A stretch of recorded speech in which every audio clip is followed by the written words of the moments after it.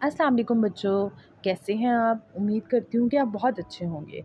आज हमारी कहानी का अनवान है चालाक टोनी। के सोने का वक्त हो गया था, लेकिन वो सोने से पहले कई बार अपनी अम्मी को आवाज़ें देता था कि इसे डर लग रहा है, कोई उसे मार रहा है या फिर कोई उसके कमरे में घुस आया है। रोज़ाना की तरह आज भी टोनी ने अपनी अम्मी को आवाज़ दी, अम्मी मुझे डर लग रहा है। तो अम्मी ने बाहर से कहा, टोनी बेटा मैं काम कर रही हूँ, कमरे का बल्ब जला लो। तुम अब बड़े हो गए हो, डरना छोड़ दो और तुम अब अकेले सोने की आदत डालो। अब तुम्हें अकेले ही सोना पड़ेगा, मेरे बेटे बहादुर बनो। टोनी ने अपनी अम्मी की बात सुनी और जल्दी से अपने ऊपर कंबल ओढ़ लिया। थोड़ी देर के बाद ही इसका सांस रुकने लगा, तो इसने जल्दी से कंबल मुंह से हटाया और वो एकदम डर गया। इसने देखा कि कोई सामने दीवार के साथ चिपका खड़ा है, लेकिन अचानक ही इसे ख्याल आया कि ये तो कपड़ों वाली अलमारी है जिसका एक दरवाज़ा खुला हुआ है और इसमें मेरी जैकेट बाहर लटक रही। टोनी का डर ज़रा कम हुआ तो इसने सोचा मुझे अलमारी का दरवाज़ा बंद कर देना चाहिए, वरना सारी रात इसे डरता रहूंगा। जो ही टोनी उठने लगा तो इसके मुंह से ज़ोर से चीख निकल गई। इसे ऐसे महसूस हुआ जैसे कोई इसे पीछे से पकड़ रहा है। इसने डर कर मुड़कर देखा तो पीछे कोई न था।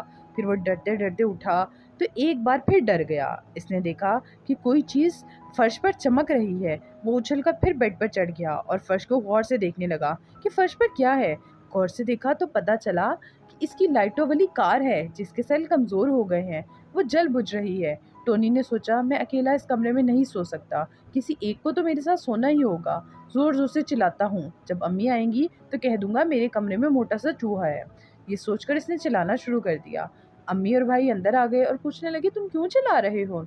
टोनी ने झूठ बोला, अम्मी मेरे कमरे में एक मोटा सा चूहा है। अम्मी ने नाराज होकर कहा, टोनी तुम रोजाना फजूल में चिल्लाते हो, अपनी भी नींद खराब की और हमारी भी। टोनी ने कहा, नहीं अम्मी, मैंने अभी अभी यहाँ एक मोटा ताज़ा चूहा देखा है, इसकी बड़ी बड़ी आंखें हैं जो मुझे डरा रही हैं। अम्मी ने तंग होकर कहा, टोनी ये सब तुम्हारा वहम है, जाओ अब जाकर सो जाओ। टोनी ने कहा, नहीं अम्मी मैं आपके साथ ही सोऊंगा। अच्छा तुम्हारा भाई तुम्हारे साथ सोएगा? हाँ हाँ ठीक है। अम्मी ने टोनी के भाई से कहा, तुम यहाँ सो जाओ। भाई ने कहा, ठीक है अम्मी। अम्मी के जाने के बाद दोनों भाई सो गए। इत्तेफाक से टोनी के कमरे में एक बड़ा सा चूहा आ गया, जो टोनी के भाई ने देख लिया और वो डर कर उछला और बाहर भाग गया। टोनी भी उठ गया।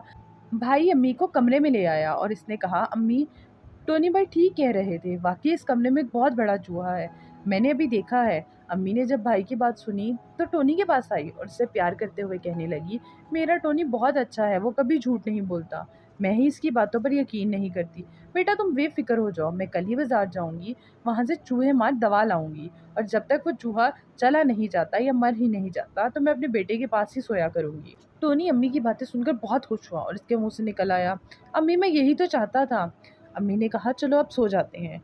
टोनी ने कहा, अम्मी मुझे माफ़ कर दे, मैंने झूठ बोला था कि मेरे कमरे में चूहा आ गया और आज इत्तेफाक से ही चूहा मेरे कमरे में आ गया और उसको भाई ने भी देख लिया। आपने मुझे सच्चा मान लिया, असल में मैं रोज़ाना डरने का बहाना आपके साथ सोने के लिए करता था। मुझे अच्छा लगता है और मैं अपनी अम्मा को कभी अकेला नहीं छोड़ सकता, मुझे माफ़ कर दे अम्मी। अम्मी ने दोनों को गले लगाया और कहा, मैं समझ सकती हूँ तुम दोनों मुझसे किस कदर प्यार करते हो, लेकिन बेटा माँ बाप कब तक उंगली पकड़कर चलाते रहेंगे? हर हालात में जीना सीखो, मुकाबला करना सीखो, इसी का नाम ज़िंदगी है। वादा करो अब तुम कभी झूठ नहीं बोलोगे। एक झूठ को छुपाने के लिए 10 झूठ और बोलने पड़ते हैं। टोनी ने कहा, अम्मी मैं वादा करता हूँ आज के बाद कभी झूठ नहीं बोलूँगा। अम्मी ने इसे शाबाश दी और कहा, अब सो जाओ, सुबह स्कूल भी जाना है। ये सुनते ही दोनों भाइयों ने आंखें बंद कर ली। तो बच्चों आपने इस कहानी से क्या सीखा? इस कहानी से हमें ये सबक मिलता है कि हमें झूठ का सहारा लेकर कभी अपनी बात नहीं मनवानी चाहिए।